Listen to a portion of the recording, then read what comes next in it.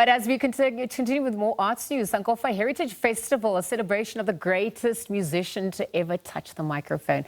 The legendary Thandiswa Mazwai's career spanned decades, from her early days with Bongo Maffin to her acclaimed solo project. So this festival, it's more than just a concert, but artist-led festivals that center music, freedom and community. And she'll be joined by her friends as well. So we spoke to Thandiswa, Msaki and Somi. This is the head of that festival. Let's take a look. Today, we are joined by three African powerhouses. So we're joined by them. They're going to be using music and memory as power and prayer to really assert that agency. Let's get into that conversation. Welcome. Thank you so much for joining us. Thank you. And so, Thandiswa, let me start with you because you've decided it's time to go and fetch back what's been left behind through Sankofa, your album, but obviously through the Heritage Festival that's not come as a result. Thank you for having us.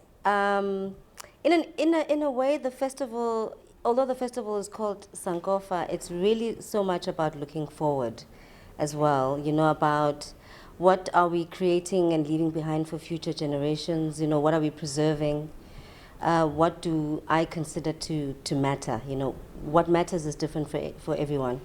But to me, what matters is memory, stories of our people, being a reflection of our time, and it is about giving people back a sense of our own pride, our own sense of, you know, understanding what our history really means outside of colonialism, outside of oppression, outside of all these kind of negative things. There's such an incredible history that if you're an African child and you went to school in Africa, well, especially in South Africa, you did not learn any of that history. We did not learn what was Kenyan history, what was Zimbabwean history, what was real South African history. Some of the things are only being learned now, you know, in terms of Mapungube and all of that. So it's about preservation, about reclamation.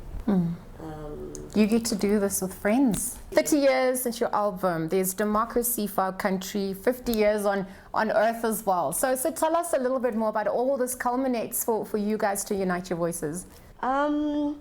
Yeah, I am getting older. I'm turning 50 this year, so it's a big thing, and I felt like I have to do something. And I wanted it to be about my friends, you know, and the community that we've built, because Sankofa Fest is really about that. It's about creating a community that centers love, healing, that centers togetherness, that centers Ubuntu, you know.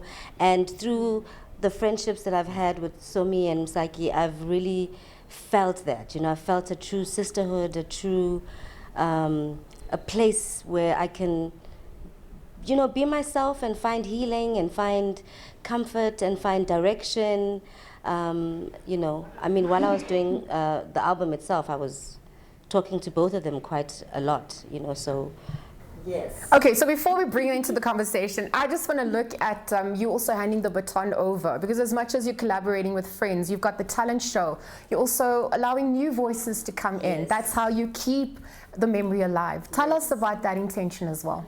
I started in this industry, I was 19 years old, and I was discovered, I always say I was discovered by my friends, but the first musician who called me and said, let's go into studio was Don Lag, who is a jazz legend in South Africa. And so I know that, you know, when you're a kid, sometimes you just need someone from another generation to see, or to plant a seed in you, you know.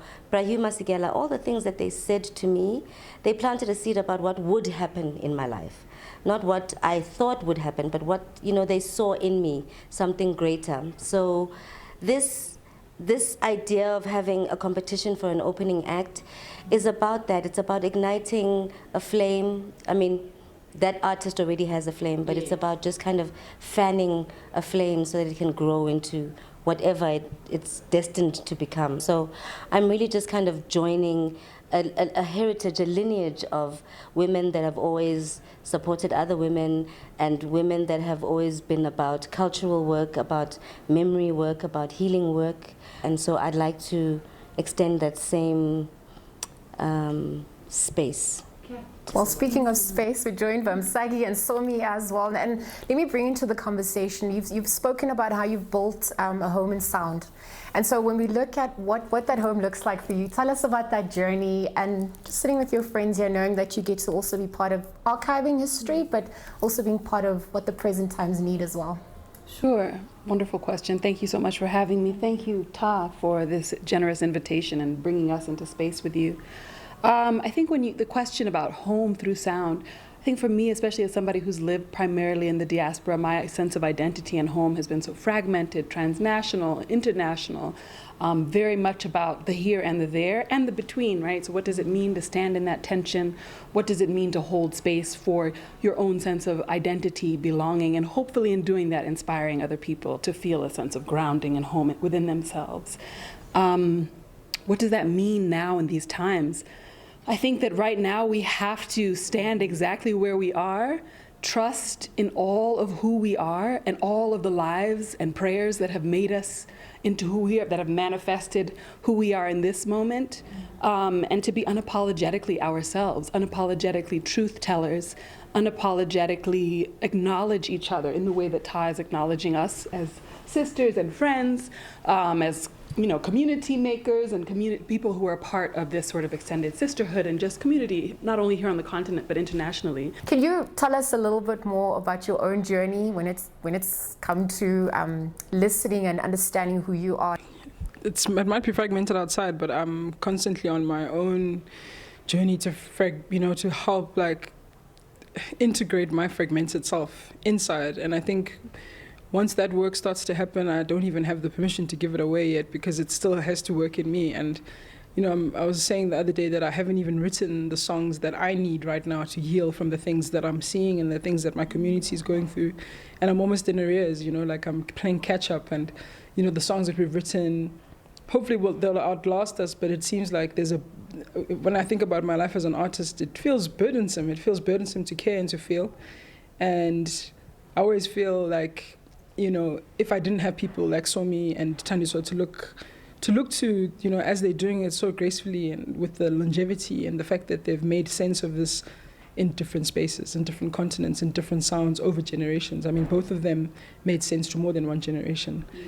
I'm still trying to make sense to this one. I'm still trying to make sense to myself. So for me, it's a constant search to look for the song lines that are going to sew our hearts together, starting with my own. And it's touch and go. Every day is a day where you can heal, but it's also a day where you must go to the shadow, and it's not an easy journey to go and stare at yourself and see the things that need to come to the light. There's a resonance when it comes to authenticity and this connection and love and unity as well. How did you all meet? What's the story?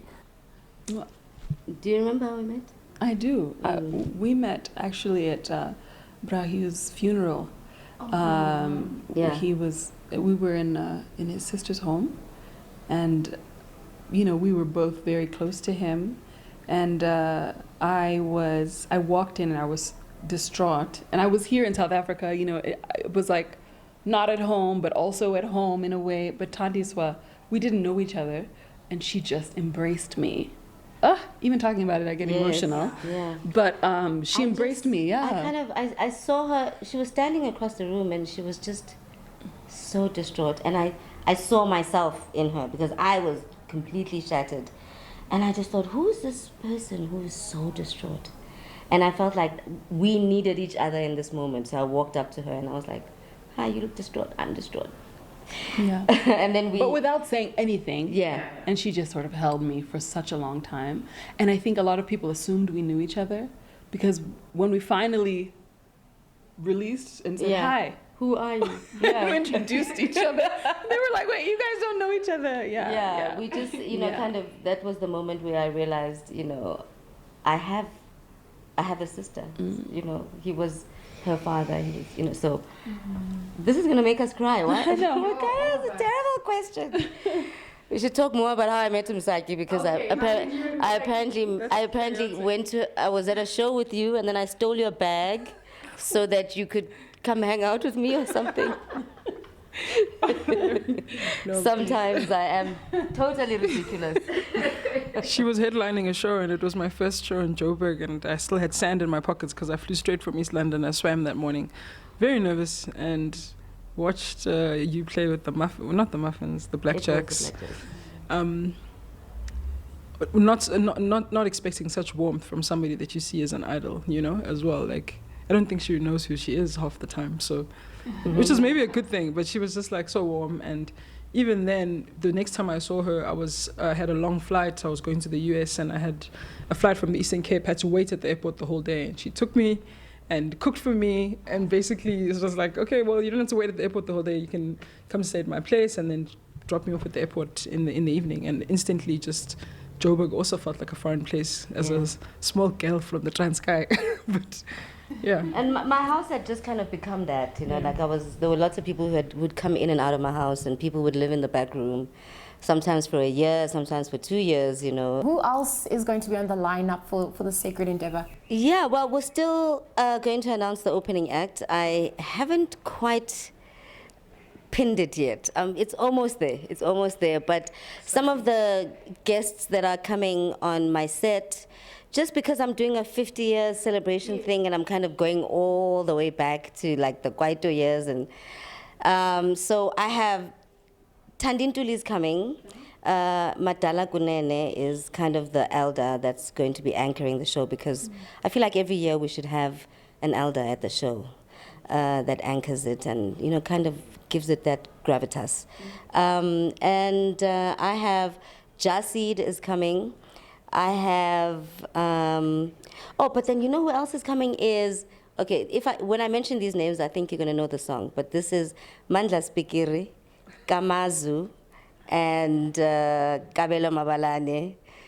So whoever's at home, when you hear these names, you know what the song is. That song is trending. Yeah, that song. So yeah, I'm just kind of bringing some people from my Kwaito years and just kind of taking it throughout the years.